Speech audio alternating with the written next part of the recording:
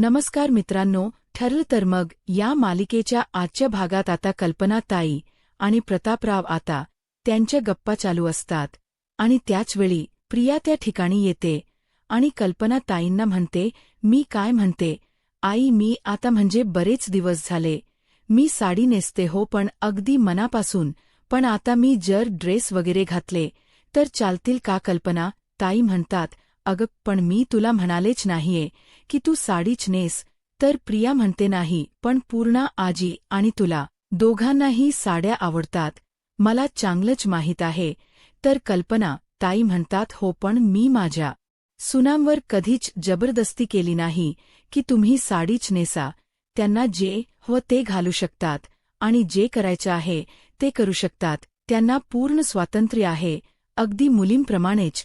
तर प्रिया म्हणते, हो आई, मला माहीत आहे, पण मी साड्यासुद्धा अगदी मनापासूनच नेसत होते, पण आता काय आहे, मला जॉब लागलाय ना, ऑफिसला जावं लागतं आणि ते मॅनेज करणं कठीण होतं आणि तसंही जॉबला तिथे गेल्यावर पाहिलं तर कोणीच साड्या नेसत नाही, म्हणून म्हटलं मी ड्रेस घातले तर चालतील ना.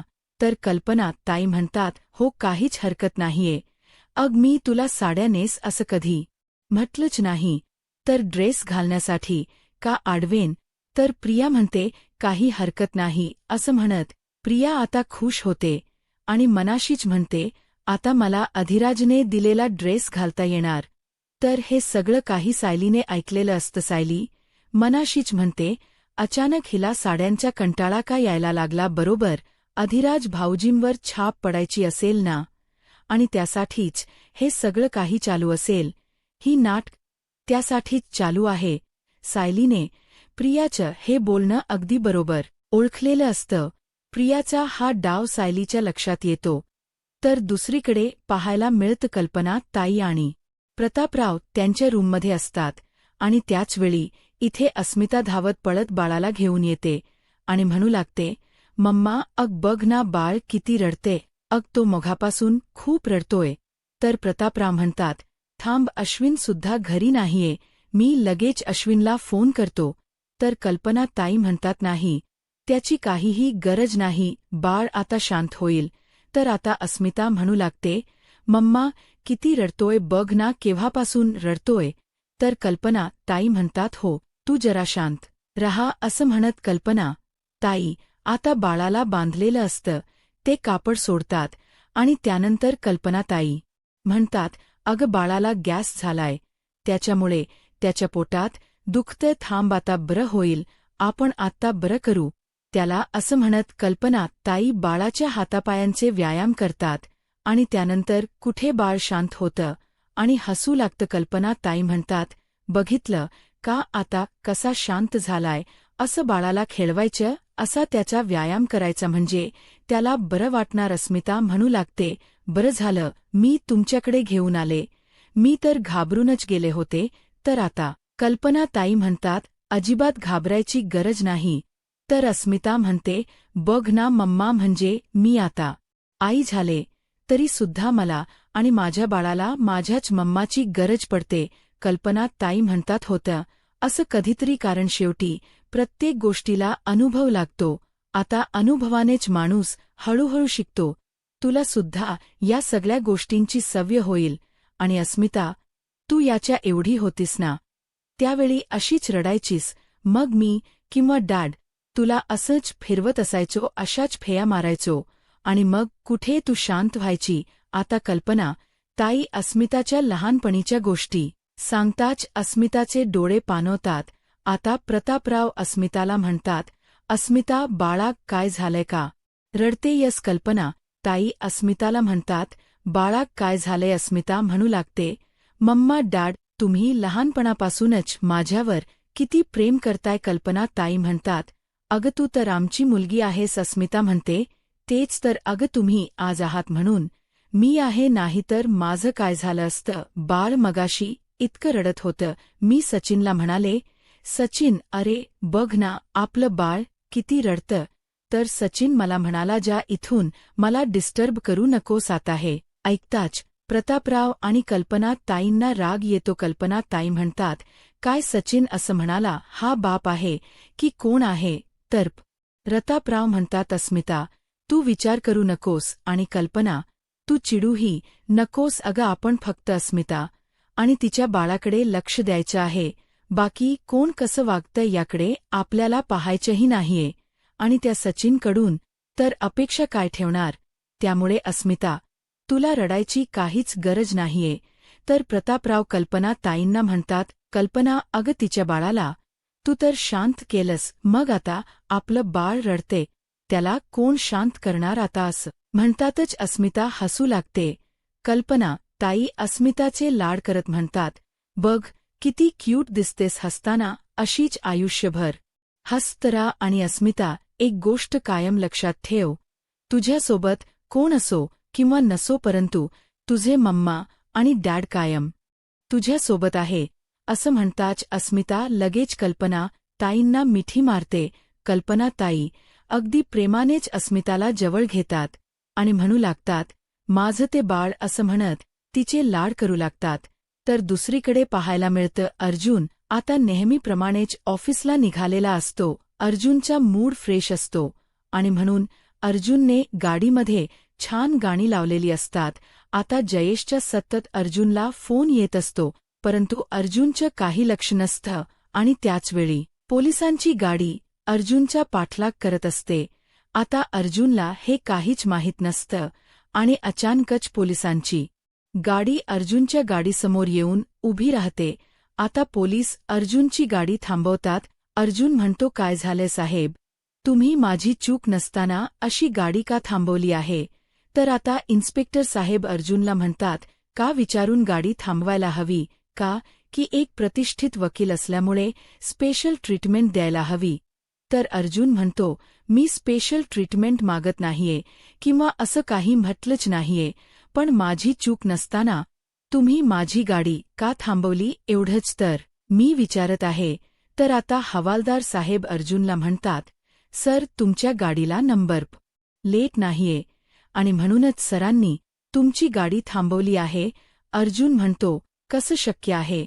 तर इन्स्पेक्टर साहेब अर्जुनला म्हणतात, काय झालं, पोलिसांवर विश्वास नाहीये का. अर्जुन म्हणतो, नाही, तसं नाही, पण नंबर प्लेट तर होतीच. तर इन्स्पेक्टर साहेब म्हणतात, मग दाखवा चला. आता अर्जुन जाऊन पाहतो. त्यावेळी अर्जुनच्या गाडीची नंबर प्लेट गायब असते. आता अर्जुनलाही धक्का बसतो. अर्जुन म्हणतो, हे कसं शक्य आहे. रात्री ज्यावेळी गाडी मी पार्क केली त्यावेळी तर नंबर प्लेट होती. कदाचित सकाळी म्हणजे पडली असेल वाटेत. तर हवालदार साहेब म्हणू लागतात, किंवा चोराने चोरली असेल. अर्जुन म्हणतो, असंही असू शकतं. तर इन्स्पेक्टर साहेब म्हणतात, मग फाईन भरा. अर्जुन म्हणतो, हरकत नाही. तर आता हवालदार साहेब अर्जुनचे नाव आणि फाईनची रिसिप्ट तयार करत असतात आणि इकडे मात्र इन्स्पेक्टर साहेब अर्जुनच्या गाडीच्या मागेच उभे असतात आणि त्यांचं लक्ष जातं. त्यावेळी अर्जुनच्या गाडीच्या डिकीतून रक्ताचे एक एक थेंब खाली पडत असतात. आता अर्जुनने फाईन भरून झालेला असतो. अर्जुन आवाज देत म्हणतो, फाईन भरून झालाय साहेब, आता अजून काय मी जाऊ शकतो ना. तर आता इन्स्पेक्टर साहेब अर्जुनला म्हणतात, नाही, अगोदर मला डिकी खोलून दाखवा. अर्जुन म्हणतो, काय चाललंय हे सगळं काही, मला उशीर होतोय. माझी जर काहीच चूक नसेल तर तुम्ही हे सगळं काही का करायला सांगताय. तर इन्स्पेक्टर साहेब अर्जुनला म्हणतात, मी म्हणालो ना की डिकी उघडा. तर आता अर्जुन अगदी बिनधास्त डिकी उघडतो. परंतु ज्यावेळी अर्जुन आतमध्ये मृतदेह पाहतो त्यावेळी मात्र अर्जुनच्या पायाखालची जमीनच सरकते. तर इन्स्पेक्टर साहेब अर्जुनवर बंदूक रोखत म्हणतात, you are under arrest advocate Arjun Subhedar. आता मात्र अर्जुनला काय बोलावं काहीच कळत नाही आणि तो मृतदेह असतो शांता मावशींचा. आता अर्जुन तर पाहून आश्चर्यचकितच होतो, कारण हे सगळं काही अर्जुनसाठी भयंकर असतं. अर्जुनला यातलं काहीच माहीत नसतं. तर दुसरीकडे पाहायला मिळतं जयेश जखमी अवस्थेतच आता शांता मावशींच्या चाळीपर्यंत आलेला असतो. शांता मावशींच्या दरवाजावर पाहतो तर शांता मावशी घरी नसतात आणि जयेशला खूप मारहाण केलेली असते आणि जयेश सतत अर्जुनला फोन करण्याचा प्रयत्न करत असतो, परंतु अर्जुनला फोन उचलणं शक्य नसतं आणि म्हणूनच जयेश शेवटी आता सायलीला फोन करतो. सायली म्हणते, बोला ना जयेश दादा. तर जयेश म्हणू लागतो, ताई, शांता मावशी कुठेतरी गायब झाल्यात. आता हे ऐकताच सायलीला धक्काच बसतो. सायली म्हणते, काय? परंतु जयेश दादा, तुम्ही होता ना शांता मावशींसोबत? मग असं कसं होऊ शकतं? हे कसं शक्य आहे? तर जयेश म्हणतो, मी होतो, पण नंतर काय घडलं मला खरंच काही माहीत नाही. असं म्हणत जयेश घडलेला सर्व प्रकार आता सायलीला सांगू लागतो. जयेश म्हणतो, आणि म्हणूनच मी अर्जुन सरांना फोन करण्याचा प्रयत्न करतोय, पण अर्जुन सर फोनच उचलत नाहीयेत. तर सायली म्हणते, पण त्याच वेळी तुम्ही हे आम्हाला का नाही सांगितलं? आम्ही आलो असतो ना तुमच्या मदतीला. तर जयेश म्हणतो, पण मी आता शुद्धीवर आलोय. तर आता सायली जयेशला म्हणते, पण मला एक सांग जयेश दादा, की तुम्हाला असं काही संशयास्पद वाटलं होतं का ज्यावेळी तुम्ही रात्री आम्हाला मेसेज केला होता की सगळं काही ठीक आहे? त्यावेळी तुम्हाला संशयास्पद वाटलं होतं का? किंवा त्यानंतर जयेश म्हणतो, मी अर्जुन सरांना मेसेज केला. एक मिनिट ताई, मी मोबाईल चेक करतो. आता जयेश मोबाईलमधले सर्व मेसेज पाहतो आणि म्हणू लागतो, नाही सायली ताई, मी तुम्हाला किंवा अर्जुन सरांना काही मेसेज केलाच नाहीये. खरं तर माझं आणि अर्जुन सरांचं बोलणं झालंच नाहीये. तर आता सायलीच्या सगळं काही लक्षात येतं. जयेश म्हणू लागतो, ताई, आता मी काय करू? कुठे शोधू शांता मावशीला? मी काय करू? वाटते माझ्या जीवाला अशी हुरहुर का लागलीय? म्हणजे असं वाटतंय की काहीतरी अनपेक्षित भयंकर घडणार आहे. देवी आई, हे कसले संकेत आहे? असं म्हणत सायली घाबरून गेलेली असते. तर दुसरीकडे मीडियाच्या सगळ्यांनीच आता अर्जुनला घेरलेलं असतं आणि प्रश्नांनी भांडावून सोडलेलं असतं. तर त्याचवेळी इन्स्पेक्टर साहेब उठतात आणि अर्जुनच्या दिशेने जात अर्जुनकडे पाहत म्हणतात, ॲडव्होकेट अर्जुन सुभेदार बोला. तर आता मात्र अर्जुन चिडतो आणि म्हणू लागतो, इन्स्पेक्टर पाटकर, हे सगळं काही तू मुद्दामहून करतोयस ना? तू जुना राग काढतोयस. तुझ्याकडे कोणताही ठोस पुरावा नाहीये, तरीसुद्धा तू मला जेलमध्ये टाकलंयस. तू मुद्दामहून मला अडकवण्याचा प्रयत्न करतोयस. हे सगळं काही तुझंच कारस्थान. परंतु एक ना एक दिवस हे सत्य बाहेर येईलच. आणि हो, तू माझ्यासोबत जे काही वागतोयस ना, मी तुझ्या विरुद्ध केस करू शकतो. असं म्हणत अर्जुन खूप चिडलेला असतो. तर मीडियाच्या मॅडम आता अर्जुनला प्रश्न करत म्हणतात, ॲडव्होकेट अर्जुन सुभेदार, तुम्ही त्या बाईंचा खून का केलात? तर दुसरे म्हणतात की तुमच्या त्या अगोदरपासून ओळखीच्या होत्या का? तुम्ही त्यांच्यावर असणारा राग काढलात का? असं म्हणत प्रश्नावर प्रश्न विचारू लागतात.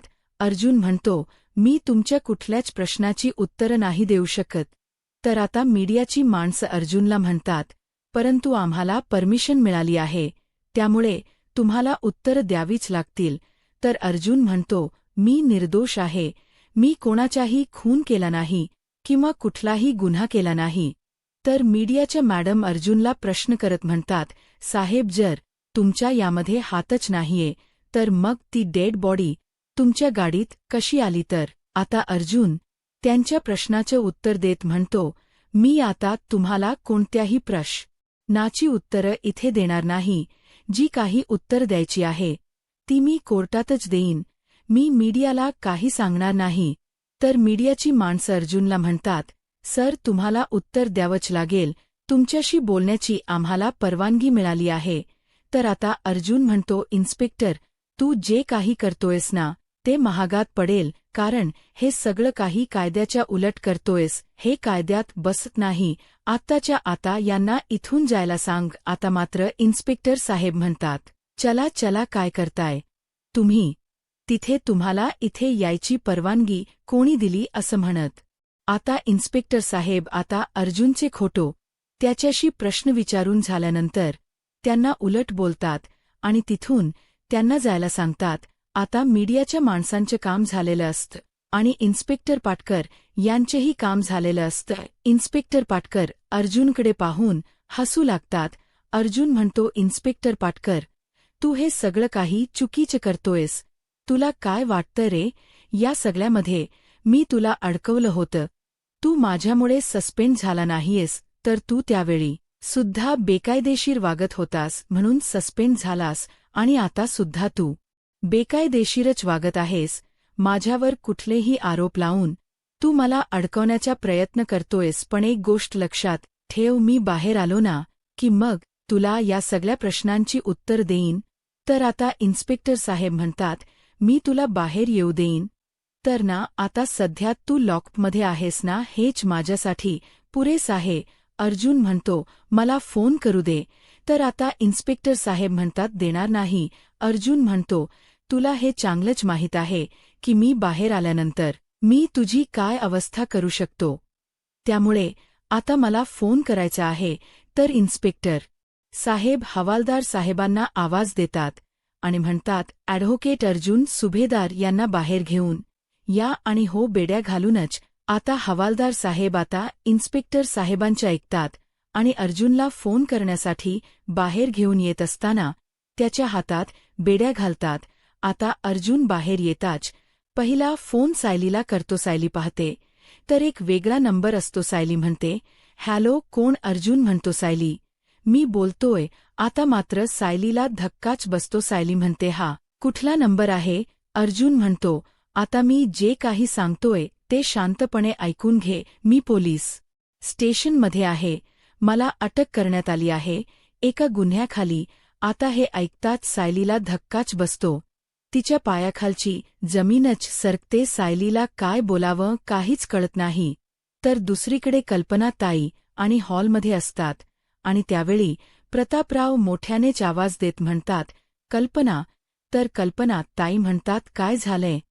तुम्ही एवढ्या मोठ्याने का ओरडताय? एवढे घाबरला आहात का? प्रतापराव म्हणू लागतात, कल्पना, खूप मोठा प्रॉब्लेम झालाय. कल्पना ताई म्हणतात, काय झालंय? तर प्रतापराव म्हणू लागतात, आपल्या अर्जुनला पोलिसांनी एका खुनाच्या आरोपाखाली अटक केली आहे. तर कल्पना ताई म्हणतात, काहीतरीच काय बोलताय तुम्ही? काहीतरी गैरसमज झाला असेल. तर प्रतापराव म्हणतात, नाही, ही न्यूज ऐक. आता सगळीकडे न्यूजमध्ये पसरलेलं असतं की ॲडव्होकेट अर्जुन सुभेदार यांना एका खुनाच्या आरोपाखाली अटक करण्यात आलं. आता प्रियासुद्धा ही न्यूज पाहते. विमल तर पूर्णपणे घाबरून जाते आणि म्हणू लागते, काय चाललंय हे? आपल्या घरावर एकामागून एक संकट का येत आहे? तर प्रिया म्हणते, बापरे, हे किती भयंकर आहे. तर त्याचवेळी प्रतिमा, आत्या, सुमन काकू सर्वच जण आलेले असतात. प्रतिमा आत्या म्हणू लागतात, कल्पना, तू बातमी पाहिलीस का? अगं, यांनी तर बातमी पाहिली आणि थेट पोलीस स्टेशनलाच गेले आहे. तर अश्विन म्हणू लागतो, डाड, हे काय आहे? प्रतापराव म्हणतात, काहीच कळत नाहीये. आता प्रिया अश्विनला ती न्यूज दाखवते. तर इकडे प्रतापराव म्हणू लागतात, हे कसं शक्य आहे? अर्जुनला कुठल्या पुराव्याच्या आधारावर अटक केलं गेलं आहे?